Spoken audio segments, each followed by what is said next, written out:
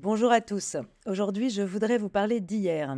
Alors hier, en souvenir du deuxième anniversaire de la mort de Mahsa Amini, qui avait tenté de braver le régime des mollahs de la République islamique d'Iran et qui avait déclenché le mouvement Femmes, Vie, Liberté. Hier donc, nous étions nombreux à marcher dans les rues de Paris aux côtés de plusieurs collectifs et associations, dont Femmes Azadi de Mona Jafarian, les députés Constance Le Grip, Maude Gattel, Astrid Panossian, les Luttes Paris Samia Bada étaient là, entre autres.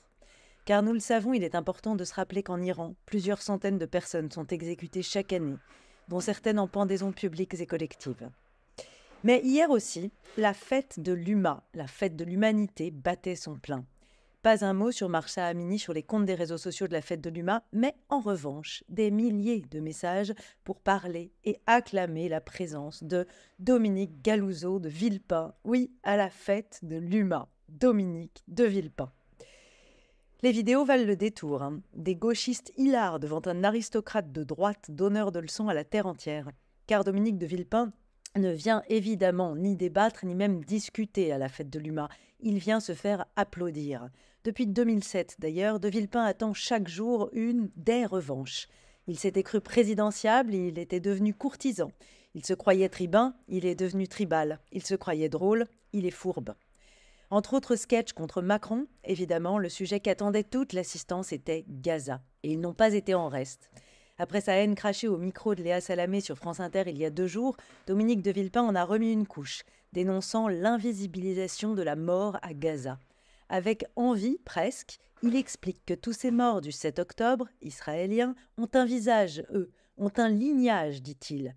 Mais ce n'est pas le cas à Gaza. Et tout à coup, cette saillie.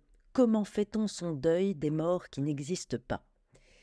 Il faut croire que le troupeau LFI n'avait pas assez d'idoles dans ses propres élites comme Ercilia Soudet, Thomas Portes ou l'historien Sébastien Delogu, qui ne sait pas qui est Philippe Pétain et qui pense d'ailleurs que les Israéliens veulent récupérer Gaza pour y récupérer, je cite, une vache en or qui serait cachée sous la terre.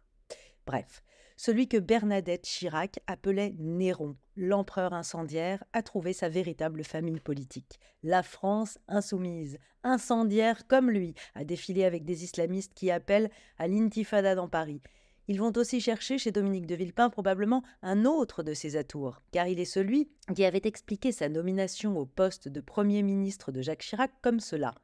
Je me suis imposé Premier ministre. Chirac n'a pas eu le choix. C'est moi qui ai décidé. Ça, c'est sûr que ça ferait rêver le NFP qui n'a pas réussi à faire pareil avec sa candidate cet été. Bref, pour nous tous, Villepin est dépassé, outrancier, haineux, et pour les LFistes de la fête de l'UMA, il devient un modèle. Bonne semaine sur RCJ.